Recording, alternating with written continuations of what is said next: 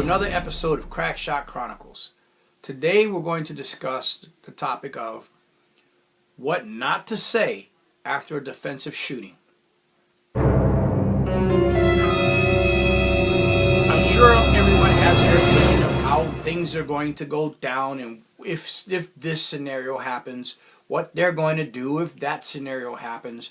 We all prepare ourselves by carrying the gun of our choice in case a life or death situation occurs where we need to defend ourselves with a gun.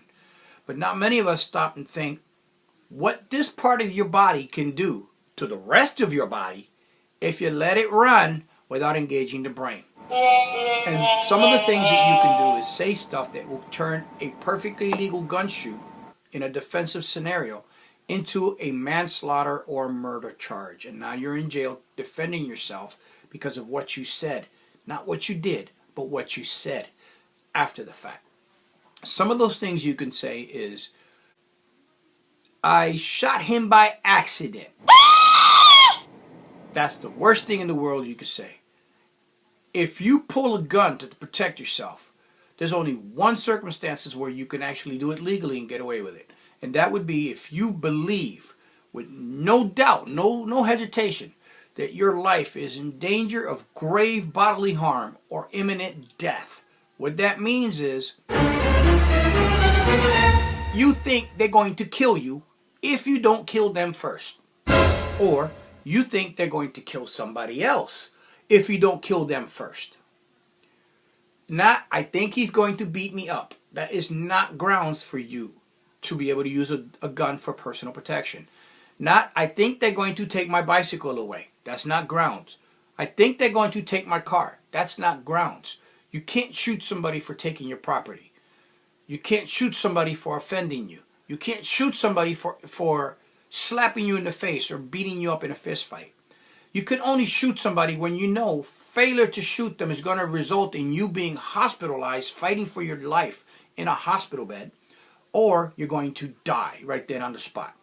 Under those circumstances are the only chances you can get away with shooting somebody in self-defense. They don't exist, you can't shoot. End of discussion. I don't care how you want to paint the picture. Now, once you shoot the guy, some things you better ever not say is, I shot him by accident. He came at me, he attacked me, I pointed the gun at him and the gun just went off. That will get you manslaughter charge. Because the district attorney is going to say, well, if he didn't shoot him intentionally, then he didn't think he was in danger. And if he didn't think he was in danger, he didn't need to use his gun. So that gets you locked up. So you cannot say, I shot him by accident, or the gun just went off. Guns do not go off, and there's no such thing as an accidental discharge. A gun discharge is because you pulled the trigger, not because it did it on its own. So therefore, it's not an accidental discharge, it's a negligent discharge.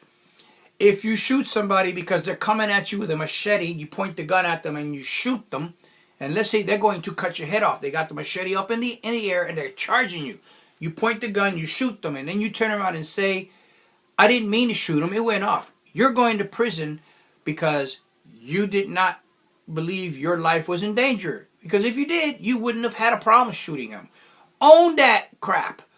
Don't just sit there and pull the trigger and say, at the end of it, I'm done. It was an accident, blah, I didn't know what I was thinking. No. That creates, in the district attorney's eyes, as negligence. Negligence can get you locked up. Best thing for you to do is keep your mouth shut when you shoot somebody. Don't say stuff like, "Oh, I shot that N-word because that N-word had it coming." Using the N-word will get you locked up. Now you've turned it into a hate crime. Best thing you could do is get an attorney and keep your pie hole shut until your attorney arrives to defend you. Because once the cops get there, they don't know who did what. They don't know who the bad guy was. All they see is a dead guy on the ground and you have a smoking gun in your hand.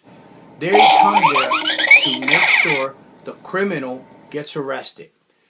you're the only one that looks like you're the criminal. The other guy's the victim. He's dead. So you have to be able to show in a court of law that you acted accordingly. Now,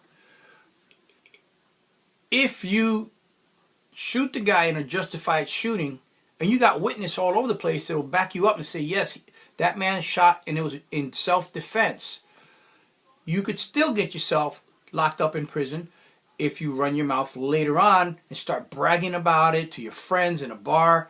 What you say 10, 15, 20, 30, 50 years down the road could have a bearing on what you did back then. And as a result, the cops could come and arrest you later on because there is no statute of limitation for murder.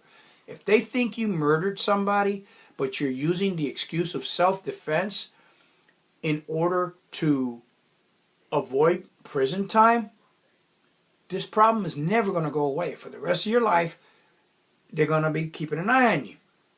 If you open your mouth when you're drunk and you say, I shot him, I lured him, I did whatever you say that incriminates you, guess what? That crime charges could be brought against you because there's no statute of limitation for murder. So the gist of the story is, never let your mouth get your butt in trouble. Keep your pie hole shut. When you shoot somebody, make sure that the only reason you're shooting them is to save somebody's life. You shouldn't ever say, I'm going to shoot him because I'm angry. A gun should only be used as a last resort and only as a means to save a human being's life, not as a means to take a life because you're angry with them. If you are angry, you are not the person to be pulling the trigger. If you like this video, please hit subscribe and please like. Also comment and share it.